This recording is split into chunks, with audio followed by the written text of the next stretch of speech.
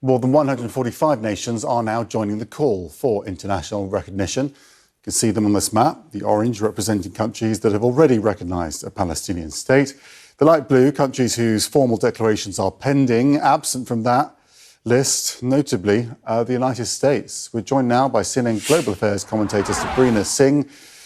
She's a former Deputy Pentagon Press Secretary. Thank you so much for joining us. I think what's notable is how many key allies of the US are now coming out and vocally saying they're moving towards recognising a Palestinian state, and it's making America look more isolated on the issue, isn't it? I think that's exactly right. I mean, it was just 2 weeks ago that France was the first of the G7 countries to say that France would acknowledge a Palestinian state. And soon you saw Canada and the UK follow France's lead. The United States is still among other countries that have not recognized a Palestinian state. But I do think that you are seeing countries use their leverage right now. The United States, of course, has different types of leverage. The United States continues to supply arms and different types of weapons, both offensive and defensive, to Israel as they conduct military operations within Gaza, and then, of course, for their own protection.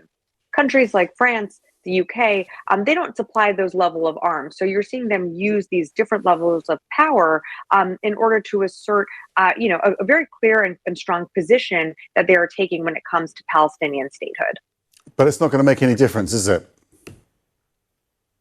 Well, I think that remains to be seen. I think this administration has made it pretty clear that they're not going to acknowledge or not going to recognize a Palestinian state. But that being said, you are seeing this administration react to the imagery that you're seeing coming out of the Gaza Strip. I mean, you're seeing the president react to those pictures of starving children, of people waiting in these long lines just to get access to food and water. And so while I don't know that the United States or this administration will change its tone necessarily, you are seeing actions and behavior change, certainly by some of the images that you're seeing on your screen right now.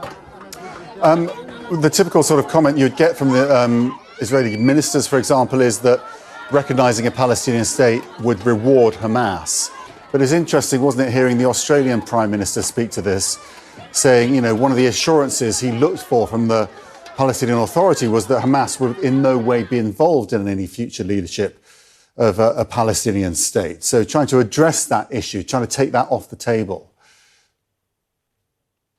I think that's right. I think that no matter what, it is very clear from the United States' perspective and other countries that Hamas can have no role in what happens in the Gaza Strip, in terms of political leadership or any type of occupation of the Gaza Strip. And so I think that's really important that countries and citizens, whether here in the United States or all around the world, standing up for Palestinian rights and standing up for statehood for Palestine is not in any way supportive of Hamas.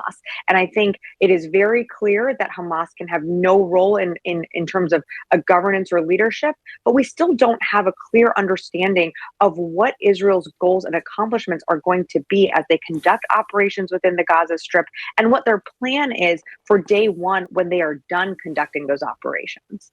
Where do you think, we're going to have this big meeting, aren't we, at the UN in September, where, it's going to be the big story. Many of the G7, as you suggest, calling for a Palestinian state. I mean, what does that actually mean? Well, I think it's very important that it's going to be done at the UN, which will be in New York.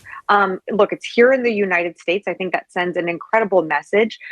You are going to have, nations coming from all around the world convening for this very important meeting that, as you mentioned, happens in September. Even if that doesn't change where the United States stands, I think that still sends a very strong message to the world of where European countries are, and frankly, where they are when it comes to supporting the Palestinian people.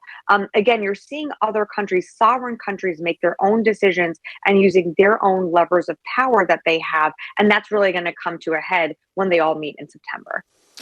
Okay, it's really interesting. New Zealand as well, talking about doing a similar thing. CNN Global Affairs commentator Sabrina Singh, thank you for your time.